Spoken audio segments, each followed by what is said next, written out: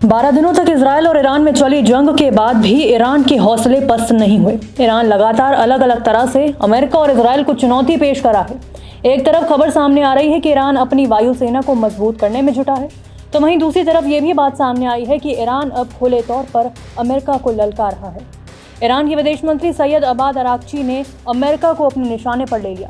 मंत्री सैयद अब्बास अराक्ची ने एक्स पर पोस्ट किया। इस पोस्ट में उन्होंने लिखा कि महान और ताकतवर ईरानी लोगों ने दुनिया को दिखा दिया, आखिर इजरायली शासन के पास कोई रास्ता नहीं बचा और उन्हें भागकर डैडी की शरण लेनी पड़ी। हम लोग धमकियों और अपमान को बर्दाश्त करने वाले नहीं हैं। हमारी मिसालों ने उन्हें नतमस्तक होने पर मजबूर कर दिया। ईरान को अपनी और अपनी आज़ादी की वैल्यू पता है। हम किसी अन्य देश को अपनी तकदीर तय नहीं करने देंगे। अराक्ची ने डोनाल्ड ट्रंप को भी सुनाया।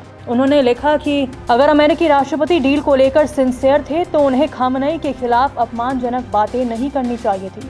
देश अपनी वास्तविक क्षमताएं उजागर करने में संकोच नहीं करेगा। इसके बाद ईरान की ताकत को लेकर जो भ्रम है वो खत्म हो जाएगा। ये बयान तब सामने आया जब 20 घंटे पहले ट्रंप ने social media platform truth social पर कहा कि 12 दिन के इजरायली और अमेरिकी हमले ने ईरान के 3 प्रमुख परमाणु ठिकानों को गंभीर रूप से नुकसान पहुंचाया है। ट्रंप ने कहा कि आप यानी कि खामनेई एक धार्मिक और देश में सम्मानित व्यक्ति हैं। आपको सच बोलना होगा। अब आप नरक में पहुंच गए हैं। युद्ध के शुरुआती दिनों में इजराइल ने एक प्लान बनाया था जिसमें खामनेई को मारने की बात थी, लेकिन मैंने खुद उस योजना को वीटो कर दिया क्योंकि मैं जानता था कि खामनेई कहाँ छुपे हुए हैं। मैंने जानबूझकर उन्हें नहीं मरने दिया। मैंने उन्हें एक बेहद भयानक और अपमानजनक मौत से बचाया, इसलिए उन्हें मुझसे धन्यवाद कहने की जरूरत है। आपको बता दें कि पिछले 12 दिनों की जंग में ईरान के 600 लोगों की मौत हो गई। शनिवार को रेवोल्यूशनरी गार्ड्स प्रमुख जनरल हुसैन सलामी, मिसाइल कार्यक्रम के प्रमुख जनरल आमिर अली हजीजादे, कई अन्य वरिष्ठ सैन्य अधिकारियों और परमाणु वैज्ञानिकों को अंतिम विदाई दी गई। इस जनाजे में लाखों लोगों की भीड़ उमड़ पड़ी। ये सभी 13 जून को इजराइल के साथ शुरू हुए युद्ध के दौरान मारे गए थे। सरकारी आंकड़ों के मुताबिक 10 लाख से अधिक शोकाकुल नागरिक राष्ट्र नायकों के जनाजे में शामिल हुए और उन्हें श्रद्धांजलि दी। देश भर में शोक का माहौल था और अंतिम संस्कार एक राष्ट्रीय एकजुटता के प्रतीक के रूप में सामने आया।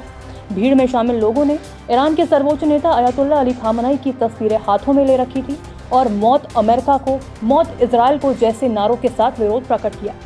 सड़कों पर ईरानी झंडे लहरा रहे थे और हजारों की संख्या में लोग अपने नेताओं को अंतिम विदाई देने के लिए एकत्र हुए थे। सरकार ने सभी सरकारी कार्यालयों को बंद रखने का आदेश दिया था और कर्मचारियों को अंतिम संस्कार में भाग लेने की अनुमति दी गई थी। इसके जरिए ईरान के लोगों ने अपने लोगों के लिए श्रद्धांजलि अर्पित की। हालांकि अयतुल्ला अली खामनेई जनाजे में सार्वजनिक रूप से शामिल नहीं हुए, लेकिन माना जा रहा है कि उन्होंने बंद कमरे में विशेष नमाज अदा की। ईरानी विदेश मंत्री अब्बास अराक्ची, कुद्स फोर्स के प्रमुख जनरल इस्माइल कानी और वरिष्ठ सुरक्षा सलाहकार जनरल अली शामखानी जैसे प्रमुख चेहरे अंतिम संस्कार में शामिल हुए। लेकिन जंग में अपने लोगों को खोने के बाद भी ईरान फिर ताकतवर होने की कोशिश कर रहा है, फिर से हथियार बढ़ा रहा है, अपने लोगों को मजबूत कर रहा है। यानी कि आने वाला वक्त इजराइल के लिए कैसा होगा ये अभी कहा नहीं जा सकता। नमस्कार, मैं हूं मानक गुप्ता। अगर आपको हमारा ये वीडियो पसंद आया हो तो इसे लाइक और शेयर जरूर करें और हाँ, हमें सब्सक्राइब और फॉलो करना ना भूलें ताकि आप देश और दुनिया की कोई खबर मिस ना करें। तो जुड़े रहिए हमारे साथ और देखते रहिए न्यूज़ 24।